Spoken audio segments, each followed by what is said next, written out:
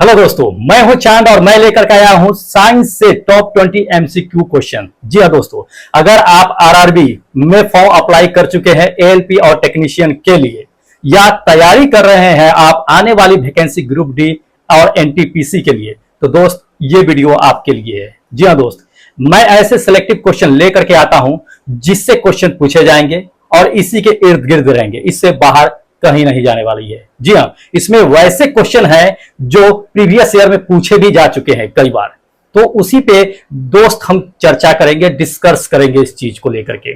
ऐसे selective question हैं जो आएंगे। चलिए शुरू करते हैं टॉप 20 का क्वेश्चन नंबर फर्स्ट। ध्यान दीजिएगा, क्वेश्चन नंबर फर्स्ट में है कि किसी पिंड में निहित पदार्थ की मात्रा को क्या कहा जाता है। जी हाँ दोस्त, किसी पिंड में निहित पदार्थ की मात्रा को क्या कहा जाता है। बहुत इंपॉर्टेंट क्वेश्चन है, देखिएगा ये पूछे हुआ है question RRB ALP and technician में 2018 में पूछ दिया है क्वेश्चन। इसमें ऑप्शन देख लेते हैं, फिर हम डिस्कस करते हैं उस ऑप्शन पे। ऑप्शन नंबर फर्स्ट में दे दिया है घनत्व, दूसरा दे दिया है आयतन, तीसरा द्रव्यमान और चौथा दे दिया है विशिष्ट गुरुत्व। तो दोस्त इन चारों में कौन सा ऑप्शन सही होगा? तो ये जान लीजिए कि किसी पिंड में जो अगर निहित पदार्थ की जो मात्रा होता है दोस्तों, मतलब कोई पिंड है और उसमें पदार्थ की जो मात्रा होती है वो दोस्त कहलाता है मास, यानी द्रव्यमान कहलाता है। तो ये मेरा ऑप्शन जो होगा दोस्त, ये द्रव्यमान सी नंबर ऑप्शन करेक्ट होगा। अब हम चलते हैं ऑप्शन वाइज देख लेते हैं इसमें कि क्या है। जैसे कि डेंसिटी है, घनत्व है दोस्त, तो घनत्व कहते किसे हैं? पहले तो ये जान लीजिए कि घनत्व होता क्या है। तो घनत्व जो होता है वो किसी भी बॉडी का क्या होता है कि संघनन या संकेंद्रित वैल्यू होता है वो। जैसे कि मान लीजिए कि दो बक्सा है और एक बड़ा बक्सा है, एक छोटा सा बक्सा, लेकिन दोनों का वजन सेम है, मतलब छोटे का जो बक्से का घनत्व होगा वो बड़े बक्से के घनत्व की तुलना में अधिक होगा। तो ये डेंसिटी होता है दोस्त। उसके बाद आयतन आते हैं, तो आयतन कहते किसे है ये समझ लीजिए। तो दोस्त आयतन वो चीजें होता है जो वस्तु या जो बॉडी जितना अपना एरिया कवर करता है वो उस वस्तु का क्या कहलाता है कि आयतन यानी वॉल्यूम कहलाता है। ठीक है। और विशिष्ट गुरुत्व यानी स्पेसिफिक ग्रेविटी, ये जो है वो तरल पदार्थ के द्रव्यमान और शुद्ध पानी के क्या जो होता है वॉल्यूम आयतन, उसका अनुपात दोस्त ये जो है स्पेसिफिक ग्रेविटी कहलाता है, यानी विशिष्ट गुरुत्व कहलाता है। ठीक है, चलते हैं नेक्स्ट क्वेश्चन पे। नेक्स्ट क्वेश्चन पे ध्यान दीजिएगा, दे दिया है कि वह कौन सा बल है जिसके कारण कोई भी पदार्थ या कोई भी वस्तु पदार्थ केंद्र की ओर आकर्षित हो जाता है। जी हाँ, बहुत इंपॉर्टेंट क्वेश्चन है ये भी। रेलवे के एनटीपीसी में 2016 में दोस्त ये क्वेश्चन पूछा गया है। तो एक बार ध्यान से देखिए क्वेश्चन को और ऑप्शन को भी देख लीजिएगा कि वह कौन सा बल है जिसके कारण कोई भी वस्तु पदार्थ की ओर जो है आकर्षित हो जाता है। जी हाँ, क्वेश्चन को समझिए, मतलब वह कौन सा बल है जिसके कारण कोई भी पदार्थ जो है उसकी वस्तु पदार्थ की ओर आकर्षित हो जाता है। तो ये ध्यान दीजिएगा, जब कोई वस्तु अगर ऊपर से गिर रहा है पृथ्वी की ओर तो आकर्षित हो जाता है ना, किसके वजह से हो जाता है? तो वो किसके वजह से उसका ये चीज होता है। तो ऑप्शन देख लीजिए, ऑप्शन में दिया हुआ है, पहला दे दिया है कि मास यानी द्रव्यमान, दूसरा दे दिया है भार, तीसरा आयतन, चौथा दे दिया है घनत्व। तो दोस्त वो वस्तु का भार होता है जिसके कारण क्या होता है कि वस्तु पदार्थ की ओर आकर्षित हो जाता है। बाकी द्रव्यमान तो आपको मैंने बता ही दिया है, आयतन बता दिया है और घनत्व बता दिया है, तो इसमें बताने की जरूरत नहीं है। चलते हैं नेक्स्ट क्वेश्चन पे। नेक्स्ट क्वेश्चन कहता है कि किसी पदार्थ के द्रव्यमान की प्रति इकाई आयतन को क्या कहते हैं। जी हाँ, बहुत इंपॉर्टेंट है और ये भी क्वेश्चन सवाल जो है पूछा जा चुका है रेलवे के द्वारा। इसी क्वेश्चन को दूसरे तरीका से दोस्त पूछते हैं यहाँ पे। इसको पूछेगा कैसे, ध्यान दीजिए। दूसरा क्वेश्चन पूछेगा कि द्रव्यमान बटे आयतन बराबर क्या, मतलब द्रव्यमान और आयतन के अनुपात को क्या कहा जाता है, रेशियो का क्या कहते हैं। देख लीजिएगा, ये क्वेश्चन पूछा गया है आरआरबी ग्रुप डी में, जो है ये क्वेश्चन पूछा गया है 2018 में सेकेंड शिफ्ट में। तो इसका ऑप्शन देखिए क्या है। ऑप्शन दे दिया है द्रव्यमान, दूसरा भार, तीसरा घनत्व, चौथा आयतन। तो दोस्त इसमें क्या होगा? तो ये जान लीजिए कि किसी पदार्थ के द्रव्यमान के प्रति इकाई आयतन को प्रति इकाई आयतन को ये कह दे, या द्रव्यमान बटे आयतन कह दे, उस ये जो फॉर्मूला होता है दोस्त द्रव्यमान बटे आयतन, ये घनत्व का फॉर्मूला होता है डेंसिटी का। या कह देगा आपको कि प्रति, जैसे इसमें दिया हुआ क्वेश्चन कि द्रव्यमान प्रति इकाई आयतन को क्या कहते हैं, तो वो डेंसिटी है दोस्त। तो ये मेरा ऑप्शन क्या होगा, करेक्ट डेंसिटी होगा। नेक्स्ट क्वेश्चन पे चलते हैं। अगला नंबर क्वेश्चन दे दिया है कि पदार्थ के घनत्व तथा 4 डिग्री सेल्सियस पर पानी के घनत्व का अनुपात क्या कहलाता है। जी हाँ, देखिएगा इसमें दे दिया है कि पदार्थ के घनत्व तथा 4 डिग्री सेल्सियस पर पानी के घनत्व का अनुपात क्या कहलाता है। इंपॉर्टेंट है, यह भी क्वेश्चन पूछा गया जा चुका है 2018 में, जब एलपी और टेक्नीशियन की एग्जाम हुई थी। ऑप्शन देख लेते हैं। ऑप्शन में दे दिया है यहाँ पे घनत्व, दूसरा दे दिया विशिष्ट गुरुत्व दे दिया है, तीसरा द्रव्यमान और चौथा दे दिया है भार। तो दोस्त इसमें क्या होगा, तो एक बात ध्यान रखिएगा कि किसी भी पदार्थ के घनत्व जो होता है और उसके 4 डिग्री सेल्सियस पे, जो जहां से फ्रीजिंग पॉइंट शुरू होता है, इसे 0 डिग्री कहते हैं लेकिन वहां से मिनिमम चलते हैं शुरू, तो वो पानी का घनत्व का अनुपात जो होता है दोस्त, वो क्या होता है कि विशिष्ट जो होता है वो गुरुत्व होता है। जिसे मैंने इससे पहले चर्चा कर दिया है कि गुरुत्व किसे कहते हैं, विशिष्ट गुरुत्व, तो वो चीजें है, उसी चीज का रेशियो इसमें कह रहा है। तो ये मेरा विशिष्ट गुरुत्व जो होगा वो करेक्ट आंसर होगा। अगले नंबर क्वेश्चन पे चलते हैं। अगला नंबर क्वेश्चन दे दिया है कि किसी वस्तु का जड़त्व मापने की इकाई निम्न में से क्या है। जी हाँ दोस्त, किसी वस्तु के जड़त्व को अगर मापा जाए तो उसकी इकाई क्या कहलाता है। यह भी क्वेश्चन पूछा जा चुका है 2018 में ही, ग्रुप डी में पूछा गया था। खैर रेलवे के बारे में ही, आरआरबी के बारे में ही हम ये क्वेश्चन पढ़ा रहे हैं और डिस्कस कर रहे हैं, तो इसमें सभी आएंगे, एनटीपीसी, रेलवे, एलपी टेक्नीशियन का जो है वो, ग्रुप डी भी, या जो भी रेलवे के द्वारा पूछा गया है सभी पे चैप्टर वाइज है, चैप्टर वाइज क्लियर कर रहे हैं। तो जो भी क्वेश्चन इसमें आएगा बहुत इंपॉर्टेंट होगा, इसे पढ़ना जरूरी भी है। चलिए ऑप्शन देख लीजिए। इसका ऑप्शन दे दिया है कि द्रव्यमान, दूसरा तापमान, तीसरा घनत्व, चौथा आयतन।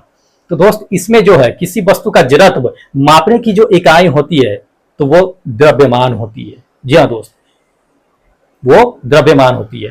तो चलते हैं नेक्स्ट क्वेश्चन पे। अगला क्वेश्चन दे दिया है कि किसी वस्तु के द्रव्यमान मापन किसका मापन कहलाता है। किसी वस्तु का द्रव्यमान का मापन क्या कहलाता है, ये है। तो किसी वस्तु के द्रव्यमान का मापन क्या कहलाता है ये देखना है। ये भी क्वेश्चन पूछ दिया है आपका 18वीं ग्रुप डी में ही पूछा था। देखिएगा ऑप्शन दे दिया है त्वरण, दूसरा संवेग, तीसरा जड़त्व और चौथा गति।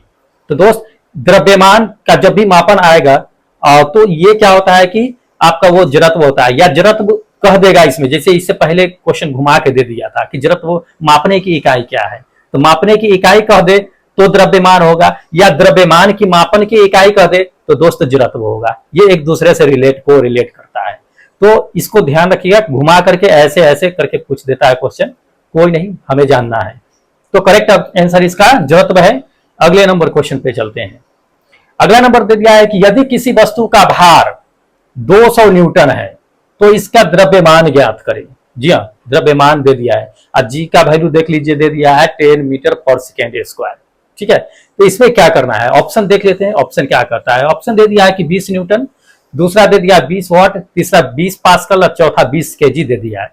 तो ये क्या होगा, तो ध्यान रखिएगा, इसमें दे दिया है कि 20 न्यूटन, तो न्यूटन दे दिया है, तो ये वेट हमको देखना है इसमें ना, कि भार, द्रव्यमान मतलब भार, तो भार का फॉर्मूला अप्लाई कर दीजिएगा, वेट का फॉर्मूला W बराबर क्या होता है, m इंटू जी करेंगे हम, वो ग्रेविटी वाला भार करके, तो m इंटू, जैसे फोर्स लगता है तो m इंटू ए होता है, तो उसी तरह से भार होता है, तो भार जो होता है वो W बराबर m इंटू जी। जी क्या होगा कि गुरुत्वीय होगा, जो नीचे की ओर खींचता है, तो वो भार को, तो यहाँ पे मास जो दे दिया है दोस्त, भार जो दे दिया है वो 200 दे दिया है, और जी का मान आपको पता है कि ऑप्शन में ही दे रखा है, क्वेश्चन आपको दे देगा उसी में, तो जी का वैल्यू 10 मीटर पर सेकेंड स्क्वायर रखना है।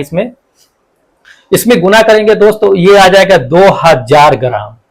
ठीक है, अब 2000 ग्राम आ गया है, 2000 ग्राम को जो है इसमें क्या करेंगे कि भाग दे देंगे, तो केजी में कन्वर्ट कर देंगे। जब केजी में कन्वर्ट करेंगे तो ये मेरा ऑप्शन आ जाएगा डी। ठीक है, तो ये मेरा करेक्ट ऑप्शन है। ठीक है, चलते हैं नेक्स्ट क्वेश्चन पे। अगला नंबर क्वेश्चन दे दिया है कि बल बटे त्वरण क्या होगा। जी हाँ, देखिएगा, बल बटे त्वरण मतलब दे दिया है बल का F बाई ए किसका होता है, तो ध्यान रखिएगा न्यूटन के सेकेंड लॉ के अनुसार क्या होता है, एफ बराबर एम इंटू ए। ध्यान दीजिएगा, पहले ऑप्शन देख लेते हैं, फिर हम इस पे डिस्कस कर लेंगे। ऑप्शन में दे दिया है, देखिएगा, पहला दे दिया है संवेग, दूसरा द्रव्यमान, तीसरा गति और चौथा दाब दे दिया है। ये भी क्वेश्चन पूछा जा चुका है, 18 ही में पूछा है, ज्यादा भारी नहीं पूछता है, इजी ही पूछता है, तो ध्यान दीजिएगा इस चीज को। तो ध्यान दीजिए, इसमें दे दिया है कि बल बटे त्वरण यानी एफ बाई ए।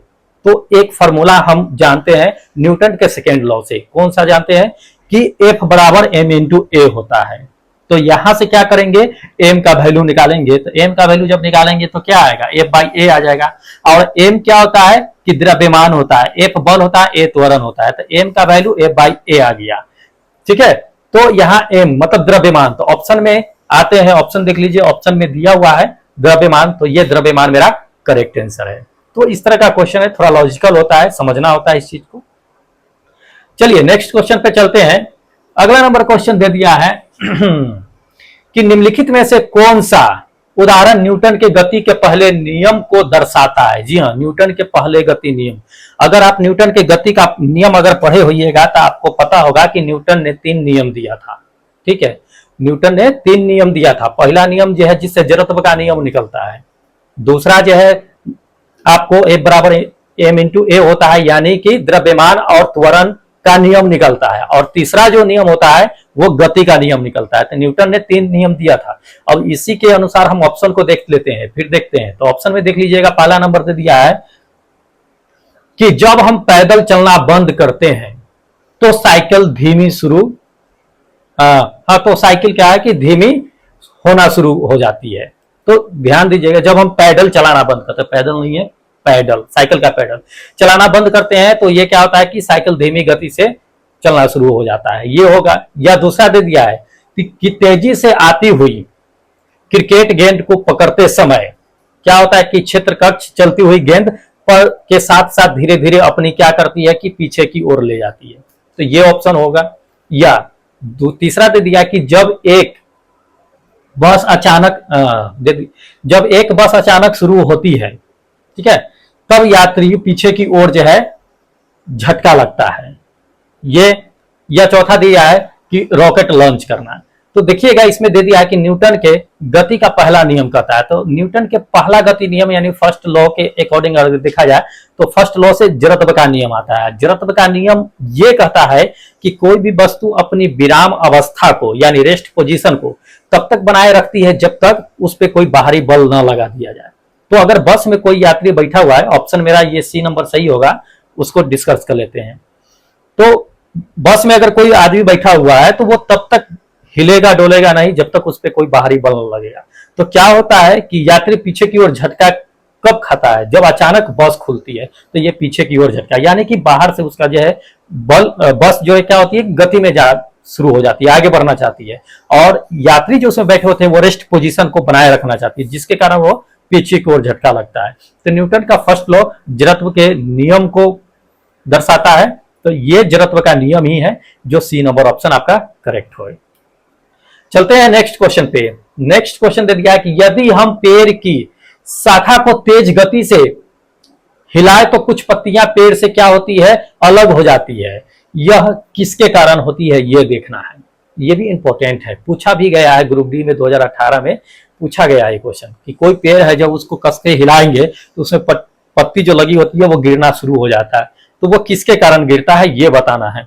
चलिए ऑप्शन देख लेते हैं। ऑप्शन में दे दिया मुक्त पालन, दूसरा दे दिया वेग, तीसरा आवेग, चौथा दे दिया है जड़त्व। तो आप जानते हैं पेड़ भी क्या है, रेस्ट पोजीशन को बनाए रखना चाहती है, लेकिन पेड़ को जब अचानक हम हिलाते हैं तो पेड़ क्या होता है गति में आ जाती है, लेकिन उसमें पत्ता जो लगा होता है वो तो विराम अवस्था को बनाए रखना चाहती है, जिसके कारण क्या होता है उसकी डाली मोशन में जाने की वजह से झटका लगता है और ये टूट करके पत्ता गिर जाता है। ठीक है, तो ये जड़त्व का नियम दिखाता है।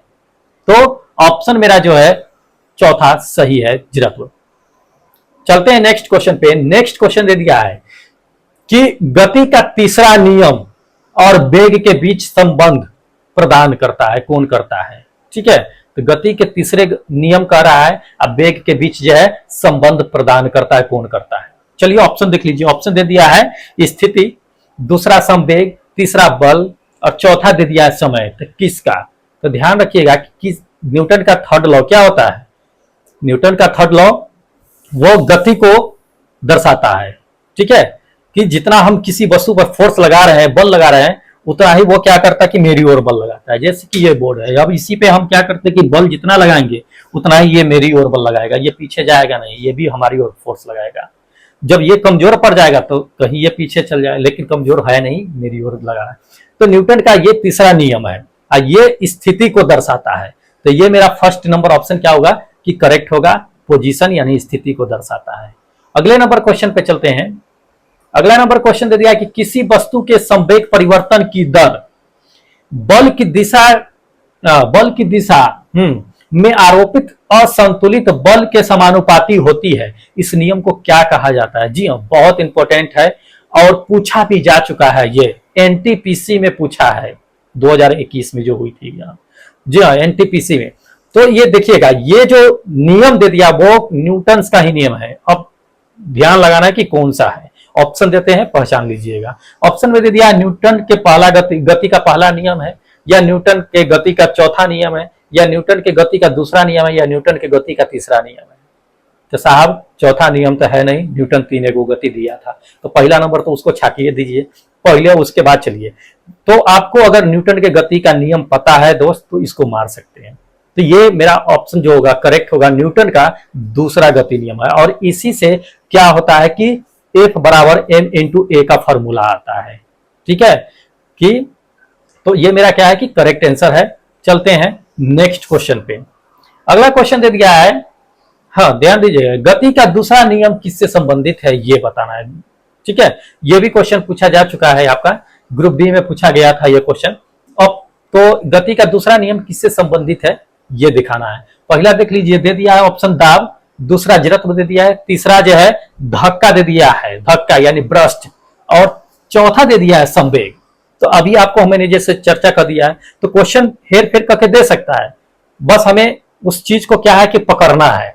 तो यहाँ पकड़ने वाली बात है। इससे पहले भी न्यूटन का सेकेंड लॉ था, इसमें भी जो है सेकेंड लॉ ही कह रहा है, दूसरा गति नियम। अब दूसरा गति नियम में आपको हम फॉर्मूला बता दिए, क्या होता है F बराबर m इंटू ए। और ए का फॉर्मूला यहां से निकाल लीजिए। ए का फॉर्मूला जो निकलेगा तो ए बराबर क्या होता है, वेग परिवर्तन की दर होता है तो v/t होता है। अगर उस फॉर्मूले पर ऊपर रख देंगे तो क्या आ जाएगा, ए बराबर m इंटू v/t हो जाएगा। m इंटू v किसको कहते हैं, संवेग कहते हैं। t क्या है, समय है, मतलब प्रति इकाई समय में, प्रति सेकेंड कह सकते हैं समय में संवेग की परिवर्तन की दर हो रही है। तो संवेग परिवर्तन हो रहा है दोस्त। इसमें संवेग का फॉर्मूला P बराबर m इंटू v होता है। तो यहाँ संवेग के फॉर्मूला आ गया। तो ऑप्शन मेरा क्या होगा करेक्ट, ये चौथा नंबर ऑप्शन मेरा करेक्ट होगा, ठीक है। आते रहता है क्वेश्चन, घुमा के देगा, पकड़ना है। चलिए अगला नंबर क्वेश्चन देखिएगा कि न्यूटन के गति का दूसरा नियम है। अब देखिए न्यूटन का दूसरा गति नियम, आप घुमा के इसी में आपको ऑप्शन दे दिया, अब इसे भी समझना है। दे दिया पहला ऑप्शन, देखिएगा पहला ऑप्शन दे दिया कि दो परस्पर प्रभावी वस्तुओं पर बलों के बीच संबंध, ठीक है, ये दे दिया है कि व्याख्या करता है उसके बीच। दूसरा दे दिया कि जड़त्व के नियम से भी जाना जाता है ये। या तीसरा दे दिया है कि बल के प्रभावों को समझने के लिए जो है सहायक होता है ये। या चौथा दे दिया कि ऊर्जा संरक्षण नियम से भी जाना जाता है। तो न्यूटन का दूसरा गति नियम किससे जाना जाता है? तो दोस्त सीधी बात है कि न्यूटन का दूसरा गति नियम है, फॉर्मूला आपको बता दिए हैं, F बराबर m इंटू ए। मतलब इसमें एक बल है, तो इसमें ऑप्शन में देख लीजिएगा कि बल से जाना जाता है या नहीं, या संवेग रहता तो संवेग मार देते। यहाँ बल है तो बल से रिलेटेड दिया हुआ है कि बल के प्रभावों को समझने के लिए सहायक होता है ये। तो ये सी मेरा करेक्ट आंसर है, इसमें घूमना नहीं है कहीं, ठीक है। चलते हैं नेक्स्ट क्वेश्चन पे। दूसरा न्यूटन का दूसरा गति नियम याद रखिएगा, बहुत पूछता है। पहला और तीसरा सबको याद रहता है, दूसरा बहुत कम को याद रहता है, इसलिए दूसरा बहुत पूछा जाता है। चलते हैं अगले नंबर क्वेश्चन पे। अगला दे दिया है कि न्यूटन के गति के दूसरे नियम, देखिए फिर दूसरा गति नियम नहीं छोड़ने वाला है पीछा। तो न्यूटन के दूसरे गति नियम का समीकरण क्या है? समीकरण हम आपको बताते आ रहे हैं, ऑप्शन देख लीजिए और मार लीजिए, हम नहीं बताएंगे। ए बराबर दे दिया है mc स्क्वायर, दूसरा ए बराबर m इंटू ए, तीसरा ए बराबर ए इंटू पी, और चौथा दे दिया ए बराबर हाफ mv स्क्वायर। ये पूछा जा चुका है OBNTPC वाले एग्जाम में। ऑप्शन नहीं बताएंगे, समझदार है, पहले बता दीजिए। चलिए अगले नंबर क्वेश्चन पे। अगला नंबर क्वेश्चन दे दिया है, इसमें ध्यान दीजिएगा कि समीकरण F बराबर m इंटू ए न्यूटन के रूप दे दिया, न्यूटन के रूप में जाना जाता है, मतलब न्यूटन के कौन से लॉ के रूप में जाना जाता है। यही चर्चा हम करते आ रहे हैं कि न्यूटन के किस नियम से जानते हैं, F बराबर m इंटू ए। यह भी बताने की जरूरत नहीं है, ऑप्शन देख ही रहे हैं, दूसरा, पहला, तीसरा, चौथा कौन से नियम से जानते हैं। सिंपल सी बात है, दूसरा नियम से जानते हैं। और ग्रुप डी में ये पूछ दिया है क्वेश्चन, ऐसे घुमा के पूछा जा रहा है क्वेश्चन, कोई बात नहीं है, पूछने दीजिए, इंपॉर्टेंट है क्वेश्चन। अगला नंबर क्वेश्चन पे चलते हैं कि निम्नलिखित में से न्यूटन का कौन सा गति दीवार पर कहता है कि फेंका हुआ गेंद क्यों टकराकर वापस आता है, इसकी संबंध में व्याख्या करना है। कहने का मतलब यह है कि अगर किसी बॉल को हम दीवार पर फेंकते तो वो टकराकर फिर अपोजिट डायरेक्शन में ही आ जाता है, लेकिन यह न्यूटन के किस लॉ को पालन करता है ये समझना है मुझे। ठीक है, तो चलिए ऑप्शन दे दिया, ऑप्शन में देखिएगा दे दिया है कि न्यूटन का पहला गति नियम है, दूसरा गति नियम है, तीसरा गति नियम है, या कोई भी नियम नहीं है।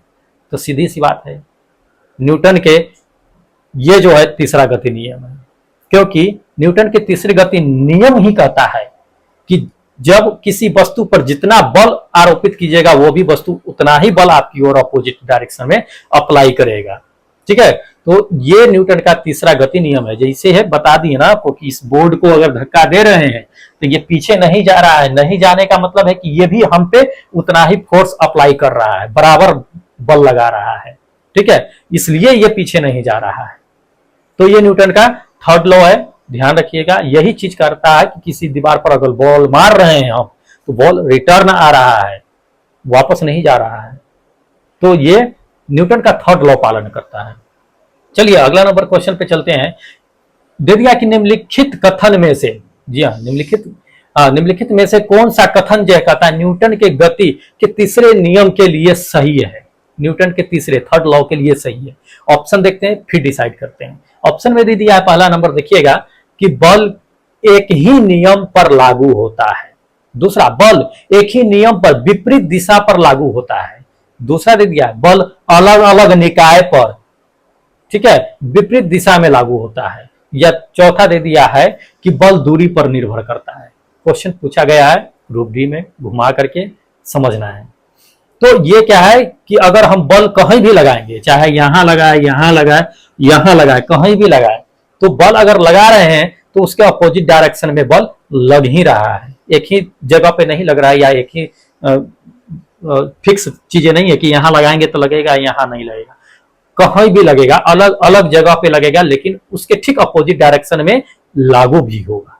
ठीक है, तो न्यूटन का ये तीसरा गति नियम है कहता है, तो ये सी मेरा ऑप्शन क्या होगा कि करेक्ट होगा। ठीक है, चलते हैं नेक्स्ट क्वेश्चन पे। नेक्स्ट क्वेश्चन कहता है कि आइजैक न्यूटन द्वारा गति के नियम, दे दिया है कि आइजैक न्यूटन द्वारा गति के कितने नियम को प्रतिपादित किए गए थे। सर आइजैक न्यूटन जो थे वो उन्होंने कितने गति के नियम को दिया था ये बताना है। ऑप्शन देखिएगा, ऑप्शन दे दिया है 3, 4, 2, 5। कितने नियम दिए थे, पढ़ते आ रहे हैं उसी समय से, तो 3 नियम दिए थे न्यूटन साहब ने। ठीक है, तो ये मेरा फर्स्ट नंबर ऑप्शन सही है। अगले क्वेश्चन पे चलते हैं, ये पूछे हुआ भी है क्वेश्चन एनटीपीसी में। अगले नंबर क्वेश्चन और लास्ट क्वेश्चन है कि एक निकाय के संवेग में परिवर्तन की दर समानुपाती होती है किसके।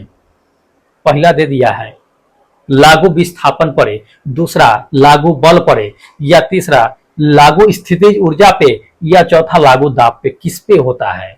तो ये बताना है, या ये जो है आपका संवेग परिवर्तन की दर समानुपाती कहता है।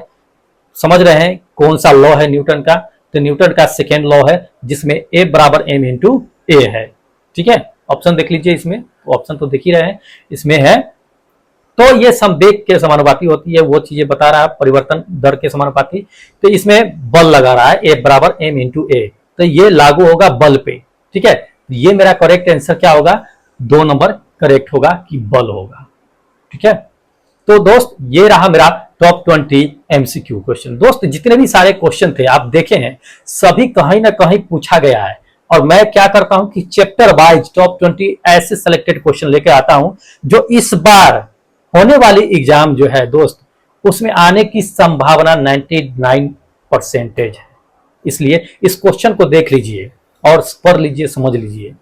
हो सकता है रिपीट कर दे, कई बार तो रिपीट भी करता है, लेकिन चलिए हम इसको डिस्कस करके और आगे आने वाली वीडियो में आपको समझाते रहेंगे और नए नए टॉप 20 क्वेश्चन का जो सिलेक्टिव क्वेश्चन है वो लेकर के आएंगे आपके सामने। और अगर अभी तक आप चैनल सब्सक्राइब नहीं किए हैं तो फटाफट चैनल को सब्सक्राइब कीजिए, कहने वाली बात है नहीं। अच्छी लगी हो वीडियो तो फिर मिलते हैं एक नए वीडियो के साथ, तब तक जय हिंद दोस्तों।